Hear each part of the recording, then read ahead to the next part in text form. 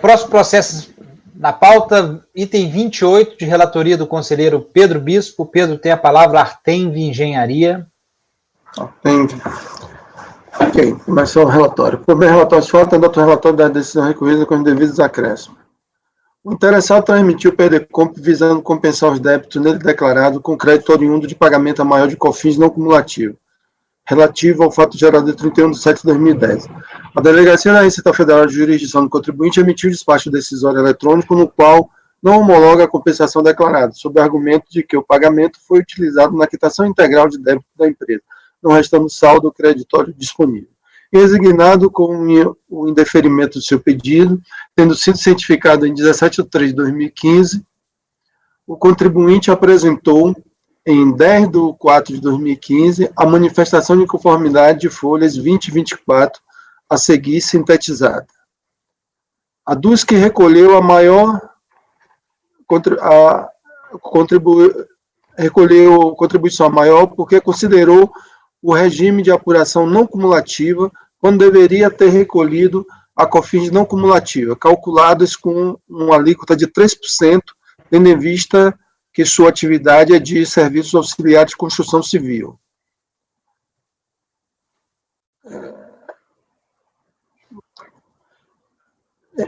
Informa que apontou como origem de crédito o DAF de código 5856, COFINS não cumulativa, devido à orientação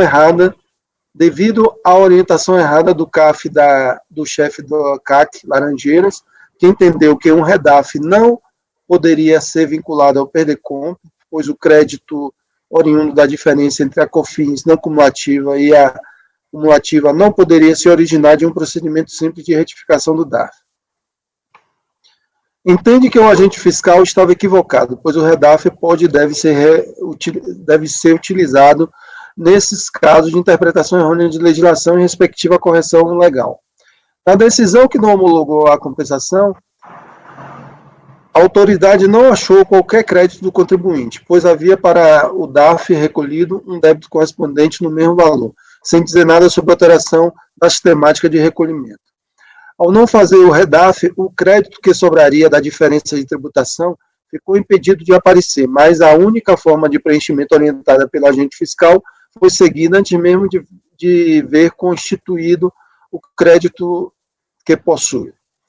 Diz que há 5 anos de recolhimentos a maior e que enviou 13 PDComps, os quais foram não homologados, sendo que somente o procedimento de REDAF poderia aprovar e demonstrar a origem e a quantidade correta de crédito que possui. Por fim, requer que seja reformado o despacho decisório homologando-se a compensação do crédito, já que se trata de crédito oriundo de diferença entre a tributação no COFINS não cumulativo e acumulativo. Ato contínuo, a DRJ do Ribeirão Preto juntou a manifestação de conformidade nos seguintes termos. Foi dado provimento, certo? Em parte a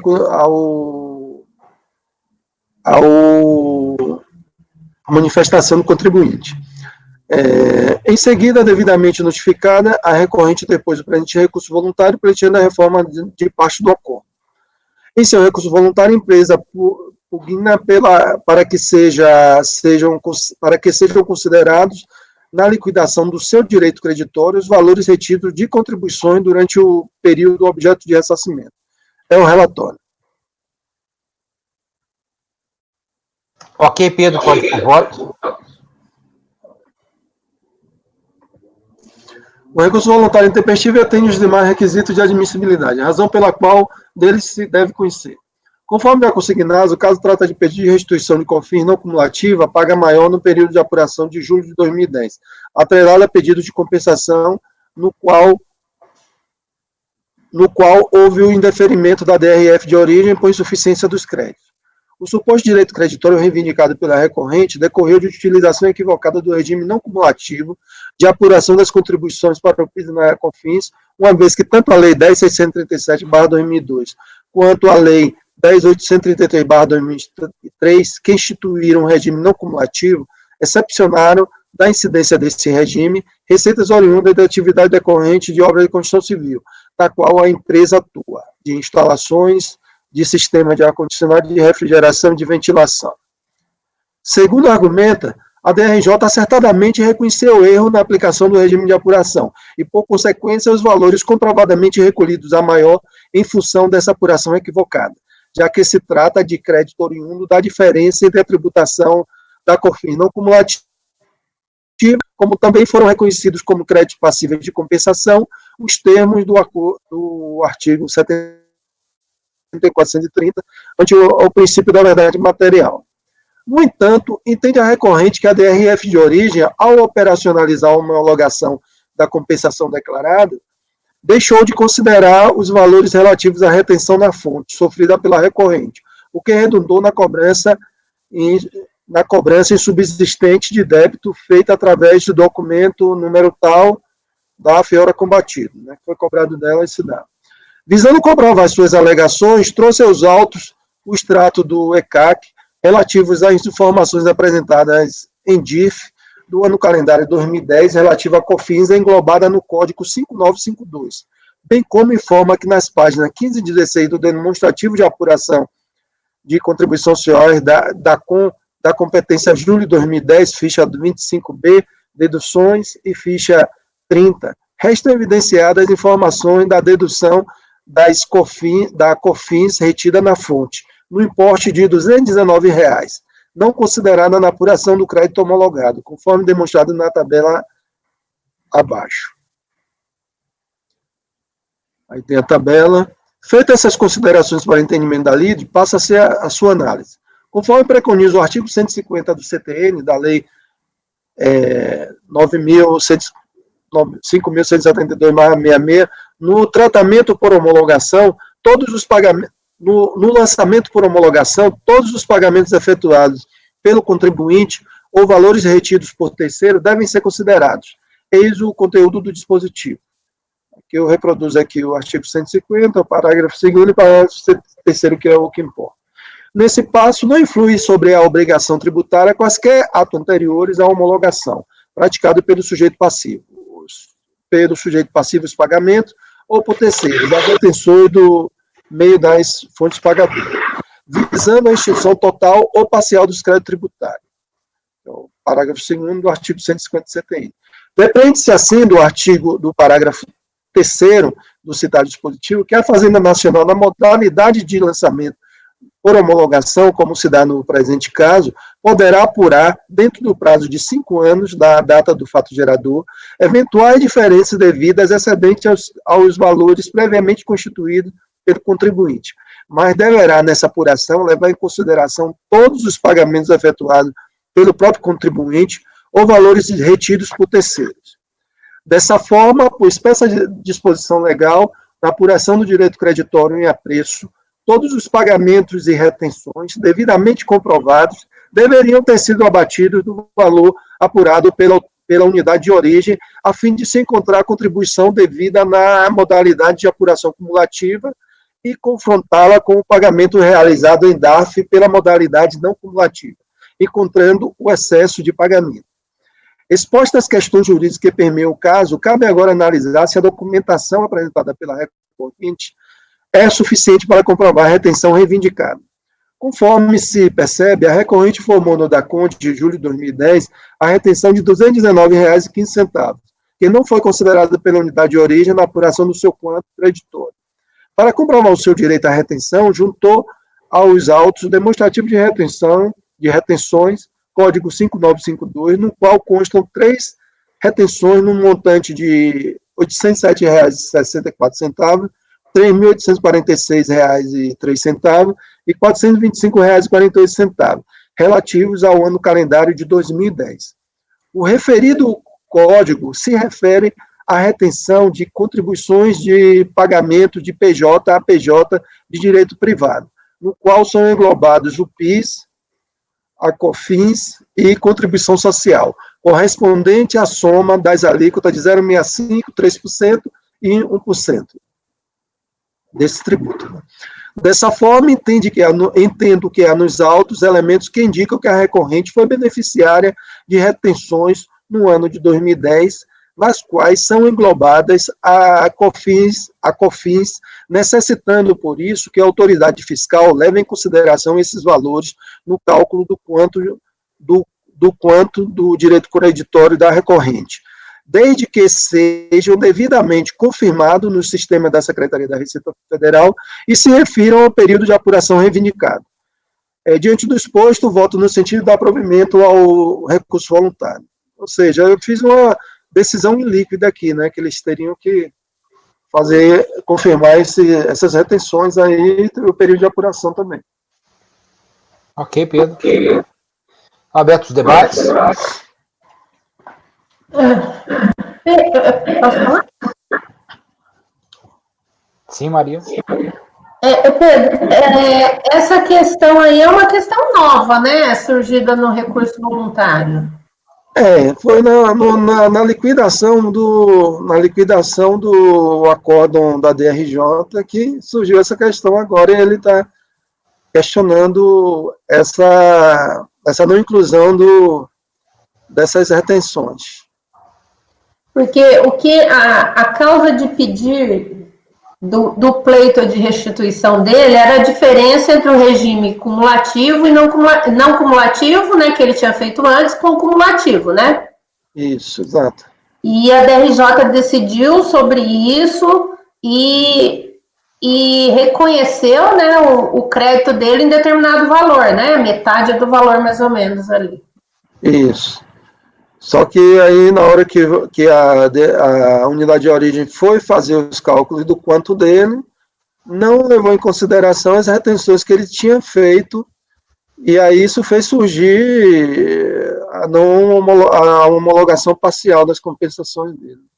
Não, mas a decisão da DRJ foi líquida, deu o valor que ela reconheceu. Deu valor no... Deu.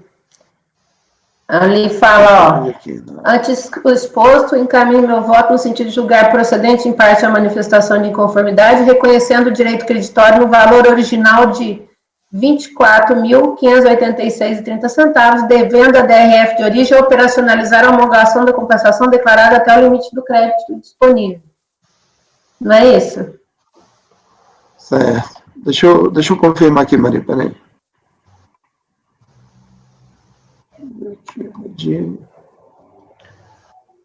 Enquanto isso, o Renan quer falar alguma coisa? Renan? Se me permite a observação, Maria, é que eu também estou entendendo nesse sentido, de que a restituição dessa retenção indevida, ela entrou no processo só no momento da operacionalização do acórdão, né? Não estava essa restituição não estava no PERDECOMP. E para falar a verdade, retenção indevida não pode nem ser objeto de PERDECOMP, né? Até hoje a retenção indevida é feita por meio de formulário. Então, esse pedido de restituição, apesar de que essas formalidades são plenamente comparáveis, esse pedido de restituição, eu entendo que o Pedro vai esclarecer melhor, mas provavelmente não estava incluído na inicial, né? Diga, Pedro. Como eu não tinha observado que ele tinha, aqui no acordo da DRJ, ele tinha já o valor líquido, né, o valor total aqui, de R$ 24.586,30.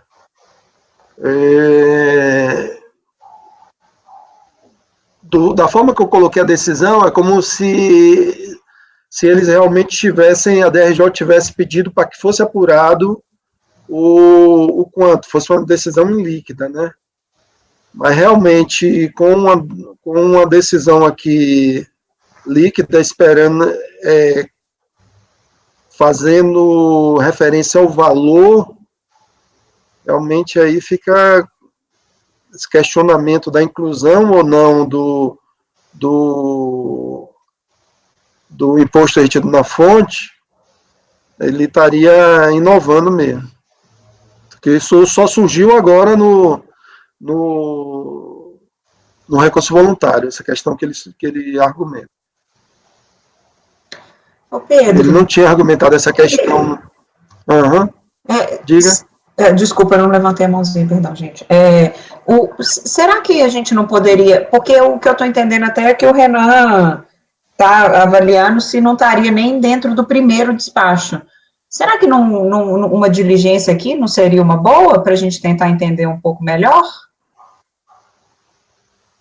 Para ver se isso estava lá desde o início, se essa questão foi desconsiderada, para deixar um pouco mais claro aqui se essa questão da retenção, porque senão pode ser que, assim, a gente ou vai conceder ou não vai conceder, sem saber ao certo como que estava lá desde o início.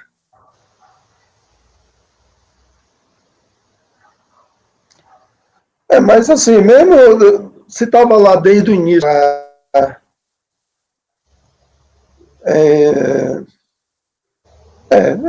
eu não me oporia não a uma diligência, mas o colegiado decide aí. Mas como que você resolveria sem diligência, Pedro? Como que a gente resolveria sem diligência? Considerando que o acórdão da DRJ está líquido. Exato. Né? Eu falo para solucionar agora o caso. Boa pergunta, Lembrando que isso aqui é repetitivo, tá? Uhum. Essa questão foi abordada, né,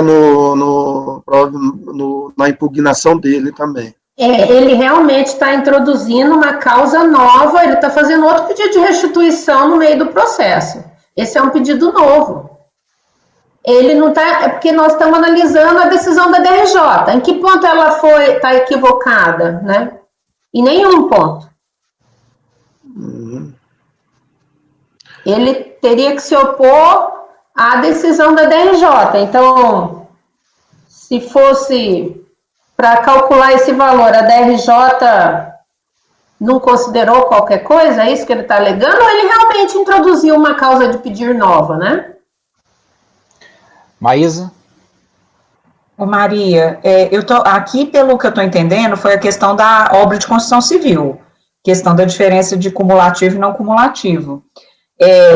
Eu acho que a questão a gente teria que olhar se dentro daquele pedido lá atrás já não constava, porque pode ser que essa questão das retenções estava no cálculo dele. Eu não estou conseguindo ver com tanta certeza de que não estava.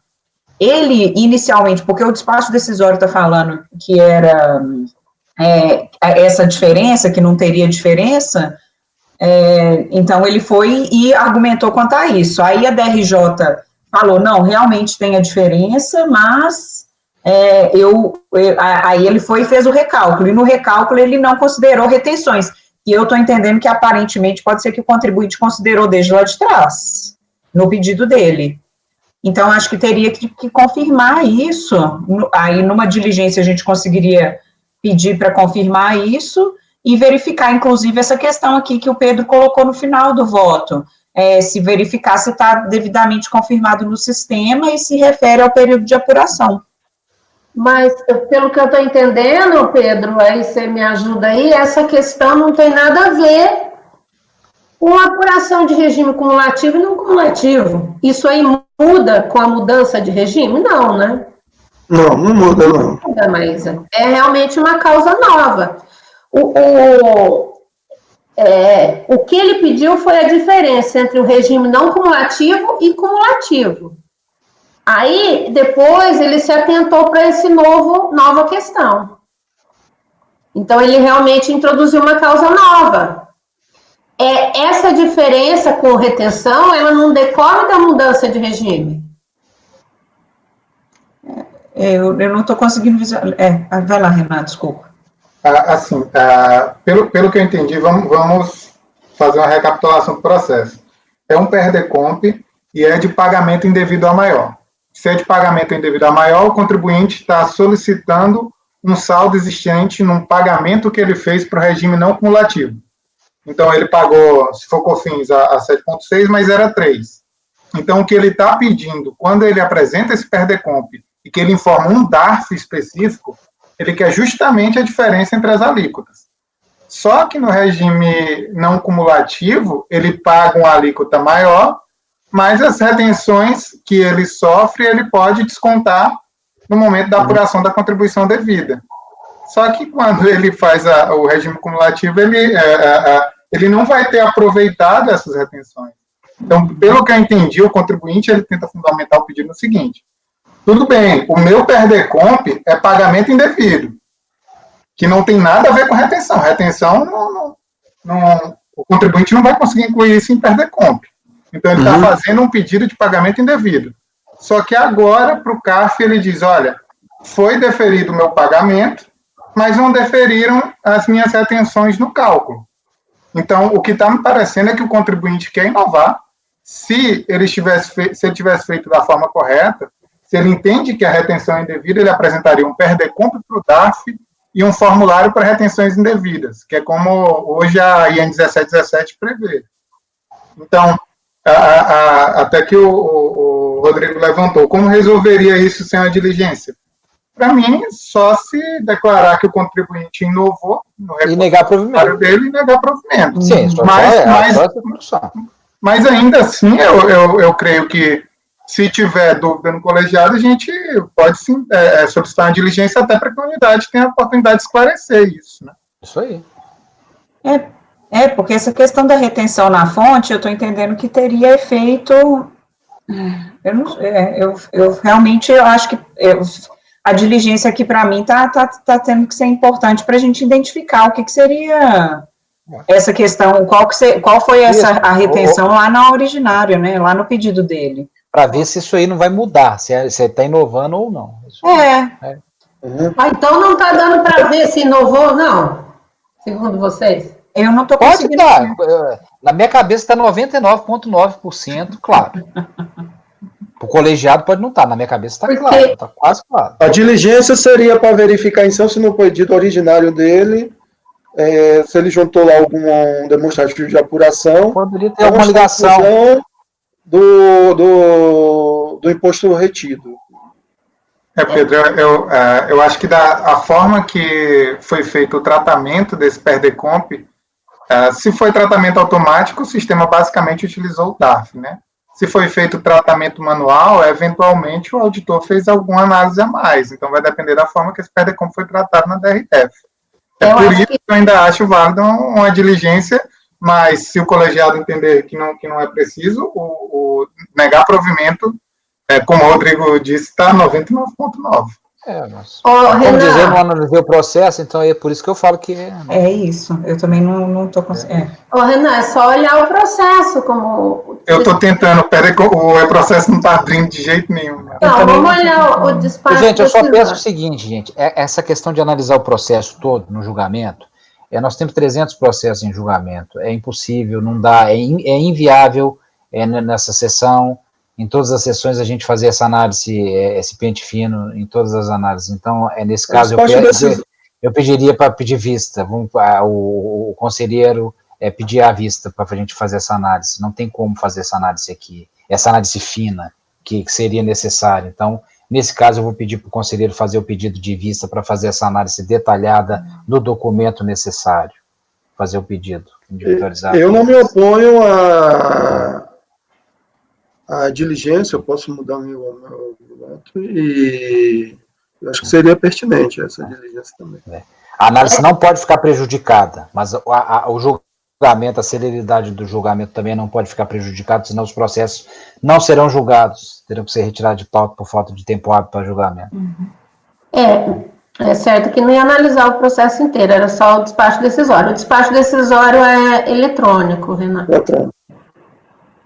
Simplesmente que ele tanto é que depois falou sobre a retificação, né? Ele fez uma retificação depois. Quando ele apresentou o despacho decisório, então ele não tinha qualquer direito. E depois que ele alegou na manifestação de inconformidade o direito da diferença entre os regimes.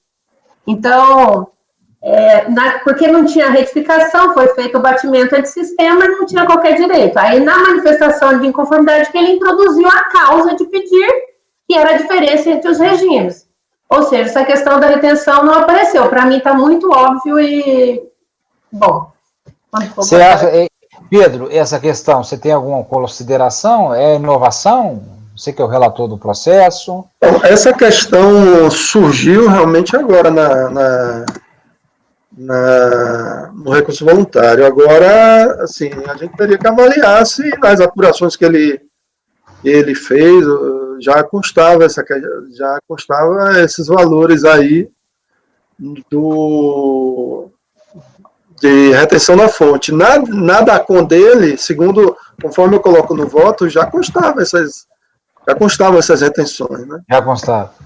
Já constava na DACOM. Eu sou sempre favorável à diligência, que não prejudica, não cerceia direito de ninguém, não prejudica o fisco, o processo vem mais robusto para o julgamento posterior, inclusive para o julgador e para o colegiado. Então, né, a proposta, o relator não se opõe à proposta de diligência, eu acho que E assim, como é construção civil, a gente tem muita questão de retenção, eu não sei por que essa diferença às vezes essa diferença do cumulativo para o não cumulativo, eu não sei particularmente, eu teria que olhar isso, mas como a gente está tratando aqui de construção civil, pode ser que ele sofreu retenção de PIS/COFINS, admitindo, enfim, e ele considerou isso no cálculo dele quando ele fez o pedido. Então, a gente teria que confirmar esse valor, qual foi a composição desse valor originário dele, porque pode ser que a retenção está lá no meio, eu não consigo afastar assim tão categoricamente que não está lá. Então, eu acho que a diligência aí realmente é para confirmar, até inclusive, confirmar a origem do crédito, né, para que o contribuinte demonstre a origem do crédito, evidencie a composição do crédito dele, de como que estava isso lá no crédito originário, e quanto às retenções, confirmar se isso está lá no sistema da Receita. Ok. Pedro, você consegue adaptar seu voto nesse sentido? Você aceitaria essa sugestão do colegiado? Aceito perfeitamente, aceitaria. Você adaptaria o seu voto nesse sentido de diligência? Isso, exato. Perfeito. Podemos votar, então, essa proposta, o voto do Pedro como sendo de diligência? A diligência é para quê? É para verificar a composição originária do crédito do contribuinte que consta no pedido, para ele demonstrar se a retenção estava lá no meio, né, para verificar qual era a composição do crédito dele originário e para verificar se as retenções estão no sistema da Receita. E são referentes ao período de apuração. Ok? Podemos colocar em votação? Então, conselheira Maria? Porque a manifestação de inconformidade dele está falando só de questões de redarf aqui. Bom. Não, eu rejeitaria esse pedido de diligência. Ok. Maísa? Pela diligência. Cíntia? Cíntia? Pela diligência. Renan? Pela diligência. Renata? Diligência. E Sabrina? Pela diligência. Eu também acompanho a diligência, então, resolvem os membros do colegiado, por maioria de votos, converter o julgamento do recurso de diligência nos termos do voto do relator, vencida a conselheira Maria Aparecida. Aplica-se esse resultado no 29-42. Não precisa especificar que o voto da Maria era no sentido de negar provimento ao recurso? Não. Não precisa.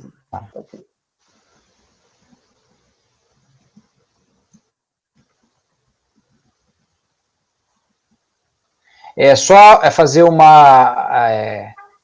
um esclarecimento que foi bem alertado pela conselheira Maísa, no processo que nós julgamos antes do intervalo, deixar claro que ficou o seguinte resultado, o processo número 27 da GV Holding, ficou o seguinte: acorda os membros do colegiado, por maioria de votos, em acolher parcialmente os embargos de declaração para sanar a omissão quanto à necessidade de emissão de despacho decisório designada a conselheira Maria Aparecida Martins de Paula. Vencidos os conselheiros Silvio Renan do Nascimento Almeida, Renata da Silveira Billing e Rodrigo Mineiro Fernandes, que rejeitavam os embargos de declaração, e a conselheira relatora Cíntia Helena de Campos, que acolhia os embargos sem efeitos infringentes. Ok, Maísa? Assim, né? Ok. para deixar claro a parte da relatora que ela dava... Mineiro, salvo engano, no voto da Cíntia tem acolher parcialmente os embargos, né? Era acolhimento parcial, Cíntia? Você pode esclarecer? Vou ler meu dispositivo. Eu acolho parcialmente os embargos. Tá, que acolhia parcialmente os embargos sem efeito. Talvez em maior extensão teria que colocar, Mineiro. Em maior extensão. Perfeito. Ok. Tá claro aqui. Eu estou reproduzindo, então, o resultado do 28 nos demais aqui, tá? E já prepara, o próximo processo é do Pedro também, é o número 43, Casa da Borracha Comercial. Pedro, você tem a palavra? Ok. Por bem relatório, só adota o relatório da decisão recusada por devido acréscimo. Meio confuso esse processo, vai ter que ser lido todo, mas eu acho que no final vai dar para decidir tranquilo. A contribuinte acima identificada apresentou diversas declarações de compensações que foram formalizadas no processo administrativo número tal. Nas citadas DECOMP, a contribuinte informou créditos pertinentes a 3 ações judiciais, a de número tal do STJ, número tal do STF e número tal da Seção Judiciária do Mato Grosso. Para facilitar a análise da DECOMP, foi formalizado este processo, por desmembramento do processo já citado, de onde foram trazidos documentos de folha 2 a 501. O presente processo tem por objetivo a análise de 14 declarações de compensação com crédito decorrente da ação judicial, número tal, da Seção Judiciária do Mato Grosso, que teria transitado em julgado em 2 de nove de 2012. Conforme planilha a seguir. As folhas 62 e 64 consta extrato de consulta processual do mandado de segurança, número tal. No despacho de folhas tal, proferido no processo 2006-64, a DRF de origem, através do setor de acompanhamento de ações judiciais, informou que as DECOMPs constantes dos autos são pertinentes a 3 ações judiciais, a saber, número do STJ, número tal de STF e número tal de Seção Judiciária do Mato Grosso.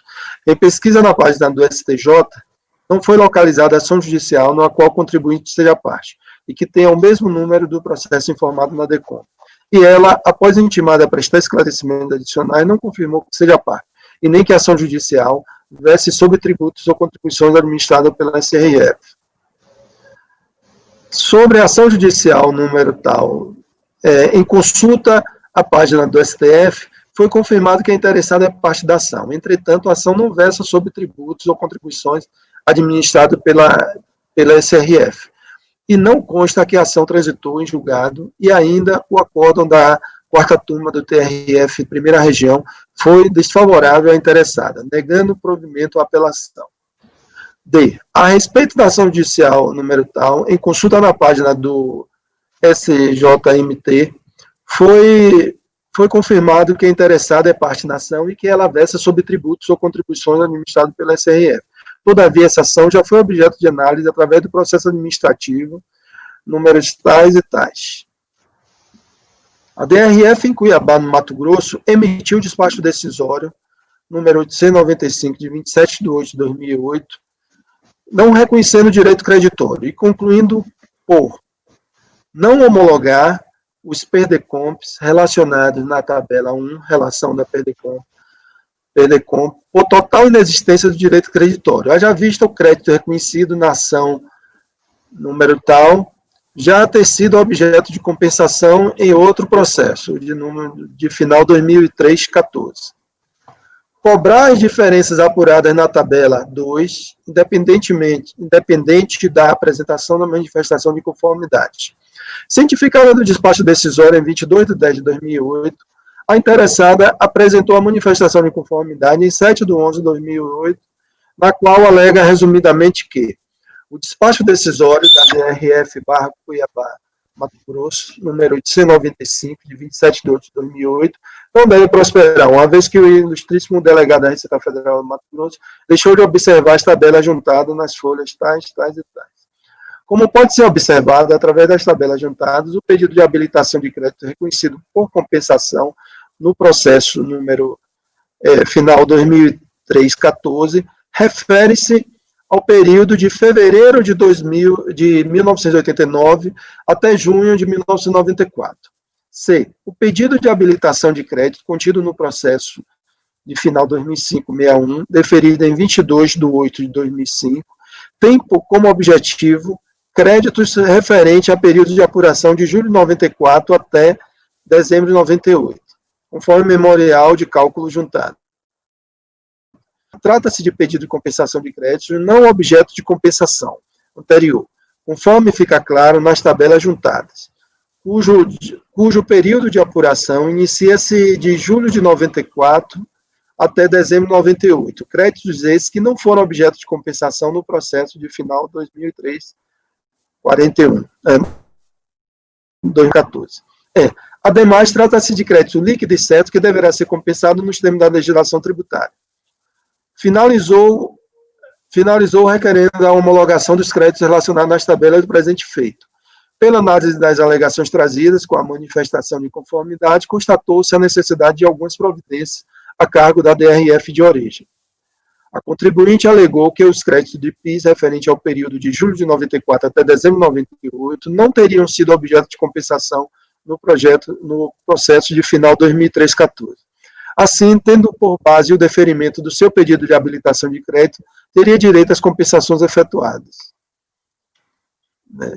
Tendo sido juntado anteriormente pela DRF de origem cópia de peça de diversos processos de interesse do contribuinte, encaminhou-se os autos da DRF Cuiabá Mato Grosso para que fossem adotadas as seguintes providências: juntar as peças do processo onde fiquem da União demonstrados os créditos de PIS e FII social que foram considerados para efetuar a compensação com débitos inscritos na dívida ativa, número tal. Final 2003-14. B. Confirmar a alegação da contribuinte de que parte dos créditos de PIS não teriam sido aproveitados na compensação efetuada no processo de final 2003-14 e que teria ainda um saldo de crédito a seu favor. C. Juntar cópia de outros processos que achar conveniente para a elucidação da matéria. D. Elaborar relatório conclusivo com os resultados da diligência ora proposta. Cientificar a interessada para, querendo se manifestar quanto ao resultado da diligência. Em atendimento à diligência, a DRF de origem juntou a cópia dos documentos e a informação fiscal. Ato contínuo, a DRJ de Campo Grande, Mato Grosso, julgou a manifestação de conformidade nos seguintes termos. Aqui foi reconhecido o crédito dela, parcialmente o crédito, poderá ser objeto de compensação o direito creditório reconhecido em ação judicial transitada no julgado, quando comprovado e reconhecido pela autoridade preparadora que o despacho decisório emitido desconsiderou pagamentos abrangidos pela decisão judicial. Então, foi reconhecido o crédito aqui. Em seguida, devidamente notificada, é recorrente depois do presente recurso voluntário, pleiteando o cancelamento da qualificação da multa aplicada sobre os débitos das compensações não homologadas. Certo? Então, ele está questionando aqui a qualificação da multa que foi aplicada nos autos não homologados. Se eu não me engano aqui, ele fala qualificação, mas na verdade eu acho que é a multa isolada aqui, tá? Ok, presidente? Pode continuar? Alguma pergunta? Pode seguir, Pedro. Durante o julgamento, essas questões que envolvem esse processo todo, vocês vão ver no voto que elas não são relevantes. O que ele está questionando é uma multa que foi supostamente aplicada. E não tem relação com esse processo daqui, tá ok? Então, posso dar continuidade ao... Sim, pode seguir, Pedro. Tá. O recurso voluntário é tempestivo, porém não atende a todos os requisitos de admissibilidade, razão pela qual não deve ser conhecido, conforme se explicará adiante. Noticia-se nos autos que o contribuinte apresentou diversas declarações de compensação que foram formalizadas no processo de final 2006-64. Na citada DECOMP, a contribuinte formou crédito pertinente a 3 ações judiciais. Aqui tem as ações judiciais, certo? Para facilitar a análise das DECOMP, foi formalizado este processo, o desmembramento do processo já citado, de final número 2006-64, onde foram trazidos os documentos de folhas 2 a 15 e 1. No presente processo, foram analisadas, então, 14 DECOMPs apresentadas, com crédito decorrente da ação judicial, número tal, da Seção Judiciária do Mato Grosso, que teria transitado em julgado em 2 de nove de 2002. Em seu recurso, a recorrente pugna pelo cancelamento da multa aplicada sobre as compensações não homologadas, constantes do processo judicial de final 2006-64. Nesse processo, segundo explica, pleiteou a utilização de créditos pertinentes a 3 ações judiciais, certo? Esses aqui, as 3.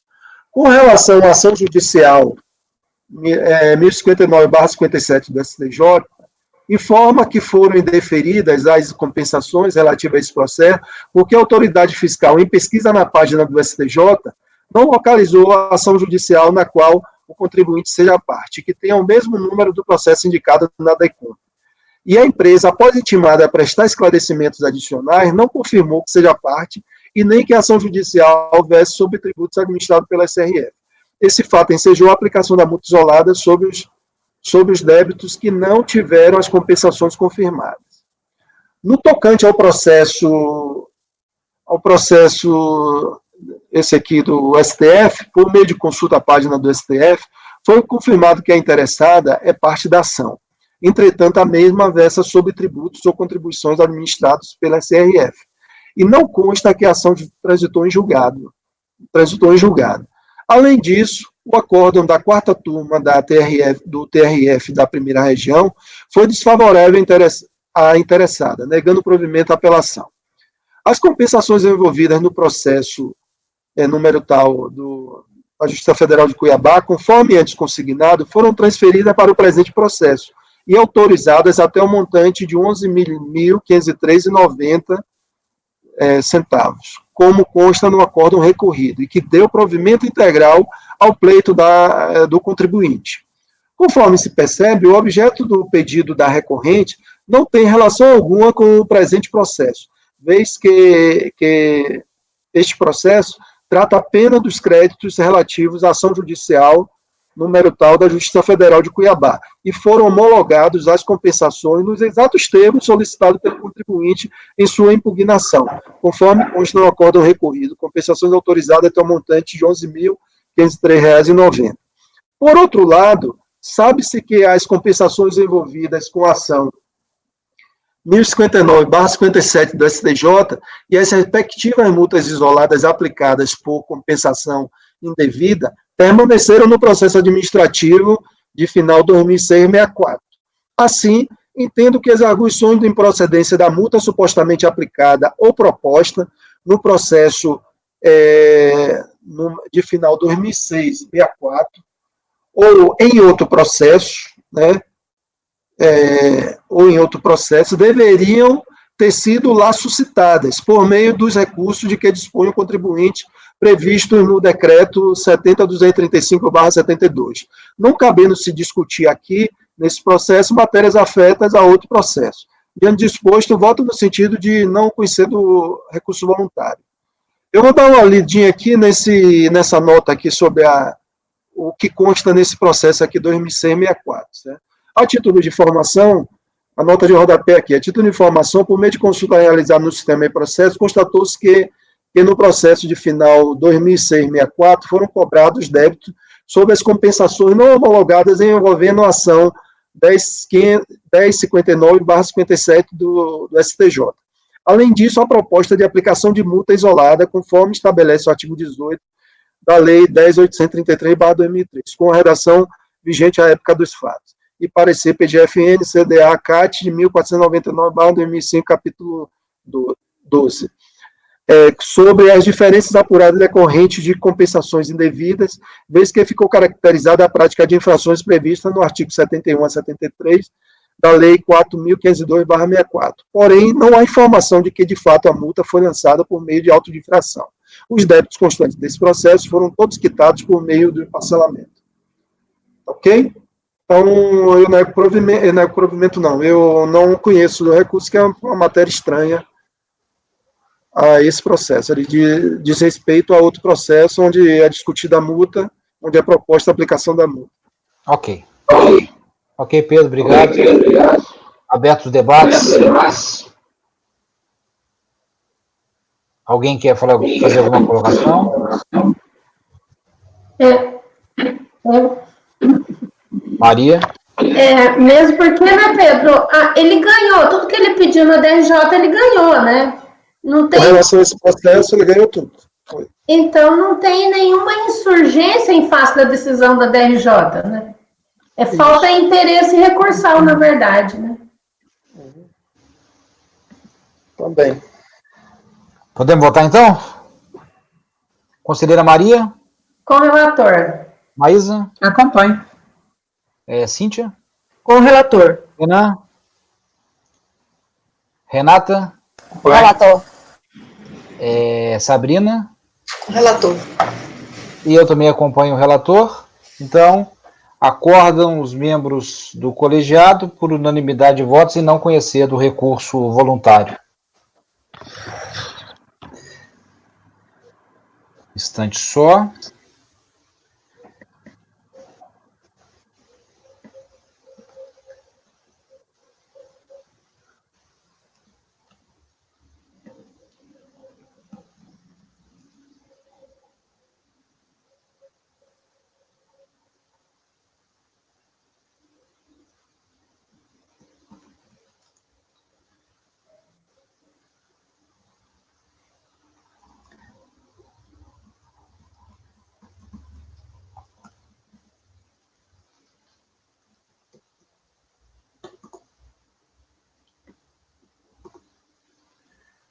Casa da Borracha, ok. O próximo processo é o 44 de relatoria da conselheira Renata Macrofértil. Ele também é um paradigma, vai aplicar os repetitivos de número 45 a 51. Então é o item 44 da pauta, Macrofértil, relatoria da conselheira Renata. Renata, se tem a palavra. Tá mudo? Desculpa. Bom, por bem relatar os fatos, adoto o relatório do acordo recorrido com os seguintes acréscimos. Trata-se de pedido de ressarcimento eletrônico, pelo qual o contribuinte pretende o reconhecimento de direito creditório relativo à contribuição por fins vinculada a receitas não tributadas no mercado interno no terceiro trimestre de 2017, no valor de R$ 665.120,10. Ao direito creditório protilado, a interessada vinculou declarações de compensação.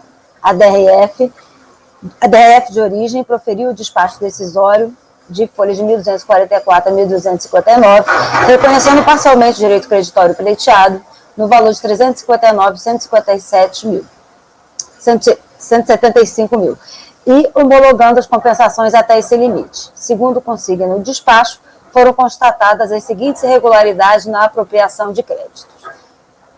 Da análise dos créditos solicitados e glosas. Embalagens, por relação às aquisições de Big Pegs e sacos para embalagens através da descrição de processo produtivo, verificou-se que tais bens não são utilizados durante o processo de fabricação do produto e não se incorporam ao produto elaborado, uma vez que são utilizados apenas para o transporte, depois do produto estar devidamente fabricado. Vê-se que, no caso, necessário se faz diferenciar as embalagens utilizadas como insumo no processo produtivo, que acondicionam diretamente aos produtos e a eles se incorporam, e as embalagens utilizadas apenas para o transporte dos produtos elaborados, que não compõem desta forma o processo de industrialização. Também é necessário ter em mente que o direito ao desconto vincula-se especificamente a insumos aplicados na produção e não a custos ocorridos para a produção, pois se assim fosse, quaisquer gastos, ainda que não relacionados diretamente à fabricação do produto, seria passível de utilização como créditos. Combustíveis e lubrificantes. A utilização dos combustíveis e lubrificantes, embora prevista no inciso 2º do artigo 3º da Lei 10.637 de 2002, está condicionada à caracterização deste como insumo no processo de industrialização. No que concerne a esta questão, há de se verificar a validade e enquadramento deste no conceito de insumo, devendo necessariamente sofrer as operações de transformação, beneficiamento, montagem, acondicionamento ou recondicionamento a que efetivamente caracterizaria a industrialização. Sobre esse tema, assim dispõe o artigo 4 do Decreto 4.555 de 2002, Regulamento do IPI, sobre a industrialização. Destarte, não há como caracterizar o transporte onde efetivamente ocorreu o consumo de combustíveis e lubrificantes como parte integrante do processo de industrialização das mercadorias, visto que não há ocorrência de nenhuma das operações supramencionadas. Assim, a aquisição de combustíveis foi considerada para efeitos da composição da base de cálculo do crédito. Energia elétrica. Para fins de verificação do crédito de energia elétrica consumida nos estabelecimentos da pessoa jurídica, foram solicitadas cópias de algumas faturas para verificação física relacionadas ao período sob análise. No entanto, algumas notas não foram apresentadas e, sendo assim, os respectivos valores estão sendo desconsiderados da base de cálculo do crédito. Notas fiscais não apresentadas e divergência de valores.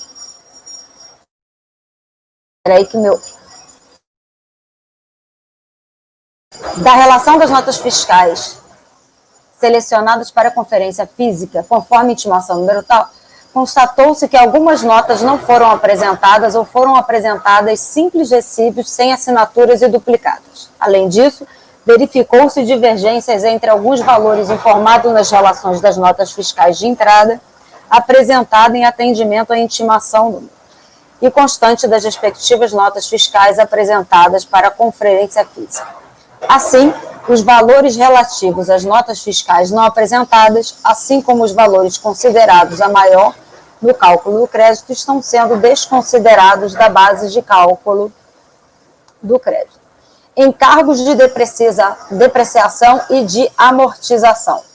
No período analisado, a contribuinte faz jus ao crédito apurado sobre os encargos de depreciação e amortização de bens incorporados ao ativo fixo imobilizado, adquiridos a partir de 1º de maio de 2004, utilizados na produção de bens destinados à venda ou na prestação de serviços, assim como relativos a edificações e benfeitorias em imóveis ou de terceiros, realizadas a partir de 1º de maio de 2004, utilizados nas atividades da empresa.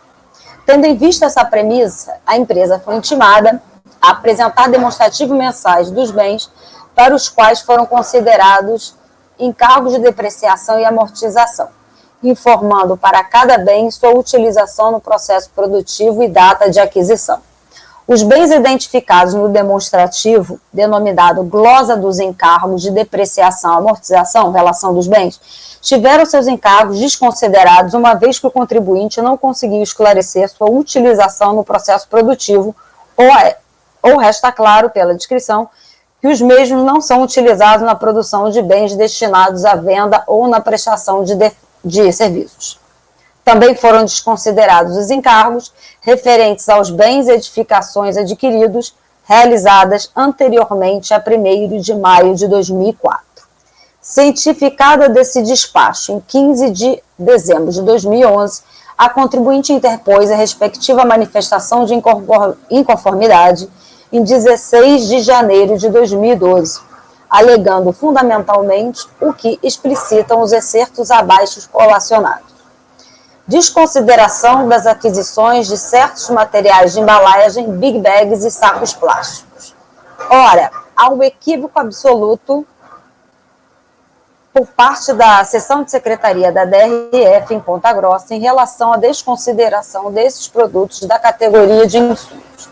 Como referido no tópico dos fatos, o processo industrial e produtivo da requerente envolve a aquisição de matérias-primas, fosfato, nitrogênio, potássio, etc., para serem transformadas em adubos e fertilizantes. Após sua mistura, produtos estes que serão comercializados com produtores de soja, milho, algodão, cana-de-açúcar e etc. O acondicionamento desses produtos para entrega aos compradores é feito em sacos plásticos com capacidade para 50 quilos ou em big bags com capacidade de até 1.000 quilos para atender a demanda do mercado consumidor, produtores rurais. E por isso não tem nada a ver com acondicionamento para transporte, mas com acondicionamento para comercialização. Nenhuma embalagem se incorpora fisicamente ao produto. A embalagem apenas o condiciona sempre. A embalagem plástica com capacidade para 1 quilo de açúcar, por exemplo, não se incorpora ao açúcar. Então, logo a dona de casa, o padeiro ou o confeiteiro façam uso desse produto, por exemplo, a embalagem é imediatamente descartada. E é exatamente isso que acontece na propriedade rural com a embalagem plásticas utilizadas no acondicionamento de adubos e fertilizantes comercializados pela recorrente. Para que fossem consideradas como de simples transporte, as embalagens deveriam retornar sempre para o estabelecimento da requerente, como ocorre, por exemplo, com containers que são efetivamente embalagens para transporte classificadas, inclusive, no ativo imobilizado do contribuinte, diferentemente dos sacos plásticos e big bags, que são classificados em conta de estoque. Deve-se ter presente, inclusive, que o acondicionamento dos adubos e fertilizantes, saco plásticos e ou big bags obedece a normas emanadas do Ministério da Agricultura. Desconsideração de aquisição de combustíveis. Nesse contexto, é possível ver que o processo de produção da requerente não se esgota na mistura em si das matérias-primas. Ocorre que até entrarem em processo de mistura, as matérias permanecem armazenadas em boxes, de onde são retiradas através de pás carregadeiras com capacidade para transportar até 4.000 quilos e levadas até máquinas misturadoras. Evidentemente, essas pás carregadeiras são abastecidas com óleo diesel, que deve, portanto, ser considerado como insumo no processo produtivo. De outra parte, os lubrificantes são utilizados na manutenção das máquinas e equipamentos utilizados no processo da mistura das matérias-primas, razão pela qual se desgastam no processo produtivo e dão a requerente o direito a descontar créditos. Desconsideração de aquisição de energia elétrica. No parecer elaborado pela Ilustre Auditoria Fiscal, consta o seguinte em relação ao item energia elétrica. Ora, ainda que os auditores fiscais tenham o direito ou dever de intimar o contribuinte a apresentar documentos que entendam necessários para a formação de seu convencimento quanto ao crédito pleiteado, fica claro o exagero com que isso é posto em prática, atualmente, diante do montante de informações que os contribuintes responsáveis encaminham periodicamente pela via eletrônica para os sistemas da Receita Federal do Brasil. Nesse caso, a requerente protesta pela juntada no prazo de 30 dias da data da protocolização dessa manifestação da documentação pertinente. O prazo de 30 dias se justifica em função da requerente ter sido intimada ao mesmo tempo de 16 despachos decisórios relacionados com pedidos de ressarcimento, declarações de compensação, apuração de créditos e débitos da contribuição para o PIS, o PASEP e a COFINS, que demonstram trabalhos adicionais para o seu corpo administrativo, que impossibilitou a organização de todo o material necessário dentro do prazo normal para a apresentação desta manifestação. Desconsideração de aquisições por falta de apresentação de notas fiscais. Vale aqui o mesmo argumento utilizado em item anterior, cujas auditorias fiscais têm o direito ou dever de intimar o contribuinte a apresentar documentos que entendam necessários para a formação de seu convencimento quanto ao crédito pleiteado. Fica claro o exagero com que isso é posto em prática atualmente diante do montante de informação, ele repete os argumentos anteriores. Até porque se faz necessário identificar que de fato foram apresentados para a sessão de fiscalização ao atendimento à intimação 867 de 2011, a que a auditoria diz não ter sido apresentada. Ao final, postulou o retorno do processo à unidade jurídica. jurisdicionalmente para a realização de novas diligências. Em 14 de 6 de 2012, a contribuinte anexou o aditamento de sua peça de defesa, assim consignando as folhas 1.292 a 1.304, da aquisição das embalagens, bens utilizados como insumo, linha 2 da DACOM. Com relação a esse tópico, a manifestante pede licença para apresentar material anexo do documento 3 da manifestação de inconformidade, que contempla a descrição das etapas de produção descritas por engenheiro agrônomo Marcelo Rodrigo Ribeiro, devidamente inscrito no CREA número tal.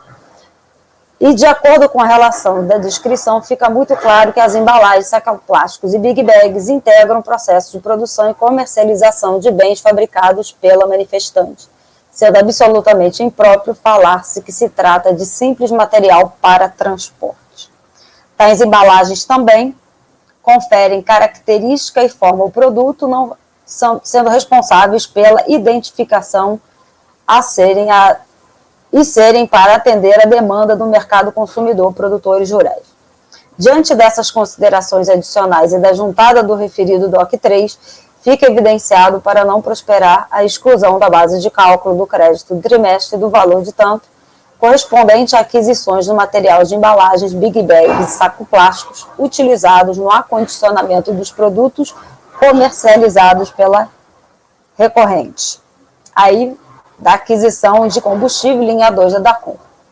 Pela descrição do processo produtivo da requerente mencionada no tópico anterior, depreende-se que este não se esgota na mistura em si de matérias-primas. Até entrar em processo de mistura, as matérias permanecem armazenadas em boxes, de onde são retiradas através de pás carregadeiras que são abastecidas em óleo diesel com capacidade para transportar até 4.000 quilos e elevadas a máquinas misturadoras. O óleo diesel deve, portanto, ser considerado como insumo no processo produtivo. Convém observar que os lubrificantes são utilizados na manutenção de máquinas e equipamentos utilizados no processo de mistura de matéria-prima, razão pela qual se desgastam no processo produtivo, o que otorga a requerente o direito a descontar os créditos. Aí da energia elétrica, convém observar ainda que os valores glosados referem-se ao valor da nota fiscal contra a energia elétrica, menos o valor do Imposto sobre Circulação de Mercadorias, o ICMS. Nota-se o propósito que a requerente erroneamente calculou o crédito descontado sobre o valor a menor, pois poderia ter descontado o crédito sobre o valor cheio das contas de energia nos termos da legislação vigente, o que ensejaria apuração de crédito maior do que efetivamente realizado. Ressalta-se que, em alguns dos casos de que tratam os DOCs números tais, a requerente considerou como base de crédito o valor total da nota fiscal. Nesse contexto, juntam-se espelhos das faturas obtidas junto à Companhia Paranaense de Energia, Copel, devidamente quitados, referente aos DOCs tais, perfazendo o valor de R$ 72.420,88, que ficam documentalmente comprovados e devem necessariamente ser reincluídos na base de cálculo do referido crédito pela auditoria fiscal. Quanto ao valor restante, R$ 30.862,50, referentes às aquisições de energia de que tratam os DOCs número tais, não haverá de ser mantida a glosa a despeito de não apresentação da conta de energia elétrica emitida pela concessionária paranaense, pois não parece razoável e proporcional a exclusão, tendo em conta que tais documentos estão registrados regularmente na escrita fiscal e contábil da requerente e permitem a exata identificação dos valores que justificam o direito creditório. Vale ressaltar ainda que a ilustríssima auditoria da Receita Federal excluiu 2 vezes da base de cálculo o valor de R$ 5.044,33 do que trata o DOC número tal, o valor de R$ 7.270,99 de que trata o DOC tal e R$ 9.496,85 de que trata o DOC tal.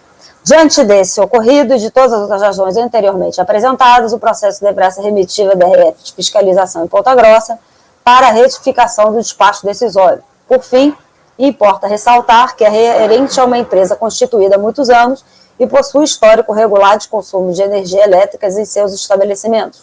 Qualquer decisão no sentido de desconsiderar efetivas aquisições de energia pela simples não apresentação de documentos ofende aos princípios da razoabilidade e da proporcionalidade.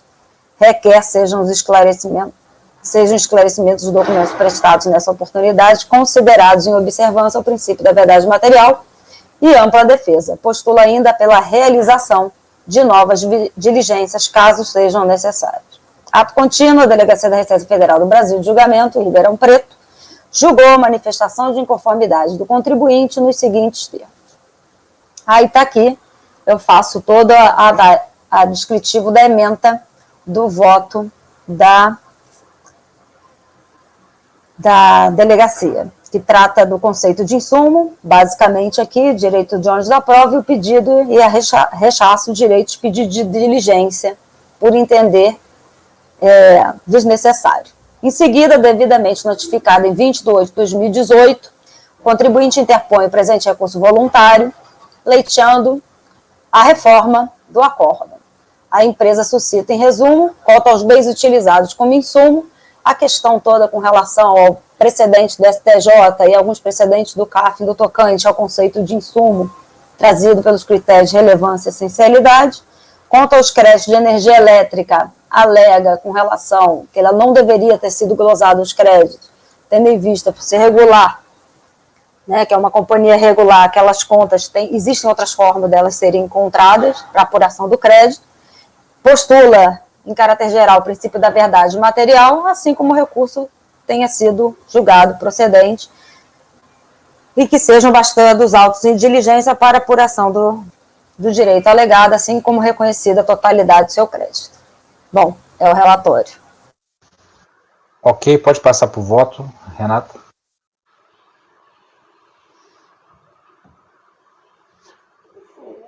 Presidente, Pronto. fazer uma parte para a gente, só para a gente otimizar o julgamento. Eu vi que no voto dela tem aquela introdução sobre o conceito de insumo e tal.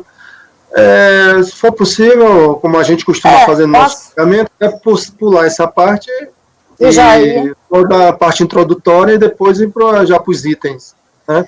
Para a gente ganhar tempo. Uma sugestão. Não, eu ia até perguntar se eu podia realmente fazer isso, que é corriqueiro na turma, esse tipo de julgamento. Eu só li o voto todo para vocês entenderem do que se trata e o porquê que eu vou pedir aqui. É aquele conceito básico, né? Tanto o despacho decisório quanto posteriormente a DRJ, elas analisam o case à luz do conceito restrito do conceito de insumo.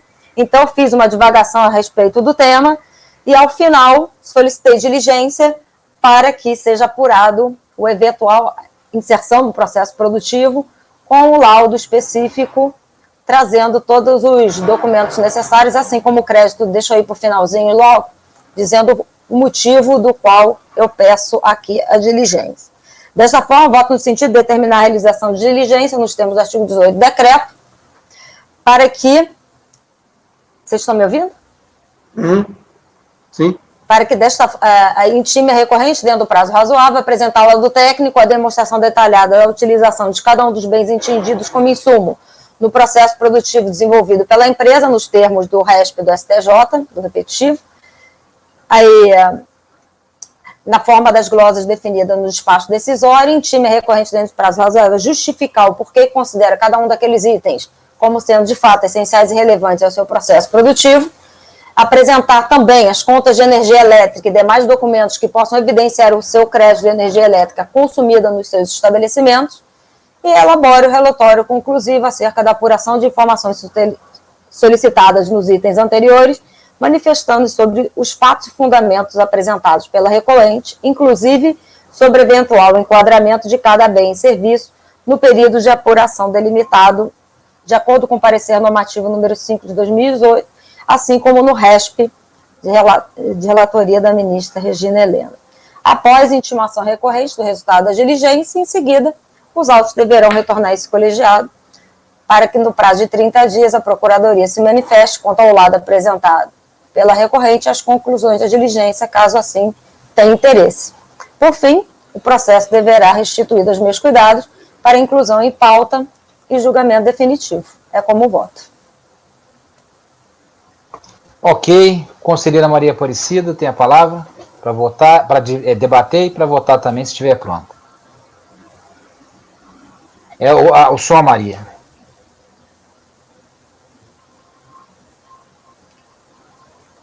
Com a relatora. Ok. Conselheiro Pedro. Pedro, não, desculpa, Maísa. Acompanho. Pedro. Vou acompanhar a relatora. Cíntia. Com a relatora. Renan.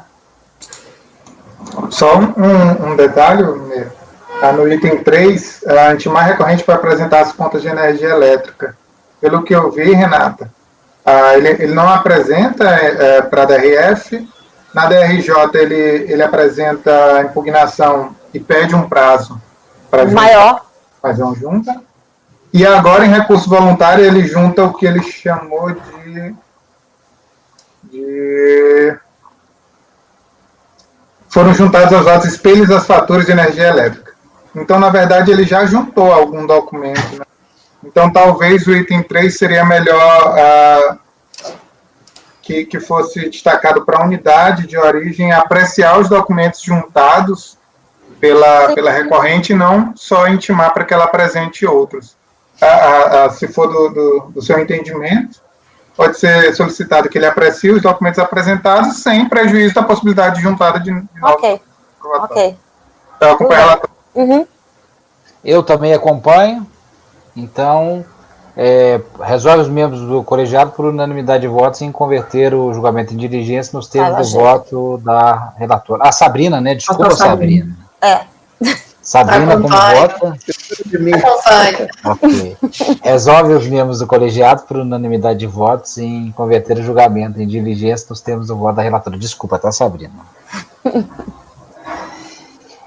Gente, o próximo, dado o adiantar da hora, o próximo processo da pauta será o número 83 EPT Engenharia, de relatoria da conselheira Maria Aparecida. É um processo paradigma, repetitivo, e será o último processo que a gente vai julgar agora nessa sessão da parte da manhã. Isso. Eu vou apregoar os processos que foram retirados de pauta a pedido da parte. São os processos de número 52 a 69, o sujeito passivo é ITM Latim América, o número 52 e 53 é de relatoria da conselheira Maria Aparecida, e o de 54 ao 69 é de minha relatoria, é o mesmo sujeito passivo. O 70 é BC Trade e o 71 Bausch Energy Brasil, de minha relatoria. O 73 Network Distribuidora, da relatoria do conselheiro Pedro. O 77 Light Serviços de Eletricidade, de relatoria da Cíntia. 78 Cicobi, de relatoria da Cíntia, 79 Abatedouro Pires Boi, de relatoria do Pedro, e o 82 Click Data Soluções, de relatoria da conselheira Maria Aparecida. Esses foram retirados de pauta. Os outros processos, que são o 72, o 74, o 75, o 76, o 80 e o 81, temporariamente eles não serão julgados. Se não tiver tempo em outra sessão, serão retirados por falta de tempo hábil. Se a gente tiver um tempinho para julgar ele amanhã, por exemplo, a gente vai julgar ele amanhã. Mas a gente começa à tarde julgando os da tarde. Tá? Se não tiver tempo amanhã, o negócio ficar mais complicado, a gente vai retirar de pauta por falta de tempo hábil. Rodrigo. Tá? Sim, Maria? Ficaram 72, 74, 75, 76, 80 e 81. Obrigada. Então, nós vamos julgar agora o 83, que repetitivo a gente não pode deixar para trás. Tá? Então, vamos ficar pendente. 1, 2, 3, 4, 5, 6 processos. Eu não queria deixar nenhum, mas ficaram. Né? Esses, pelo menos 2 meus, são fáceis. Dá para a gente julgar numa folga que a gente tiver no final de um dia. Né? Então, mas ainda assim... Né? Então, Maria, você tem a palavra 83 EPT Engenharia. É repetitivo, que vai aplicar o resultado para outros processos. Trata-se de recurso voluntário contra a decisão da DRJ em Belo Horizonte, que julgou improcedente a manifestação de inconformidade da contribuinte. Versa o processo sobre declaração de compensação, né, objeto desse PERDECOMP aí de final 6832, de crédito PIS/PASEP, decorrente de pagamento indevido ou maior no valor original de 39 mil e pouco, com data de arrecadação 25/10, referente de 2011, referente ao período de apuração de setembro de 2011. A compensação declarada não foi homologada mediante despacho decisório de número de rastreamento final 348, emitido em 5/12 de 2012, nestes termos. A partir das características do DARF, foram localizados um ou mais pagamentos mais integralmente utilizados para a quitação de débitos do contribuinte, não restando crédito disponível para compensação. A contribuinte apresentou manifestação de inconformidade, aduzindo em síntese: A. Apurou COFINS e PIS nos exercícios 2010 e 2011 somente na modalidade não cumulativa, não se atentando que as empresas que exercem atividade de construção civil podem apurar de forma cumulativa as receitas oriundas da execução por administração empreitada ou subempreitada. Nos termos do artigo 10, inciso 20 da Lei 10.833. Sendo que não gerou crédito, né? E B, após ter refeito os cálculos das contribuições, procedeu à devida retificação das DCTS para provar a existência do crédito tributário.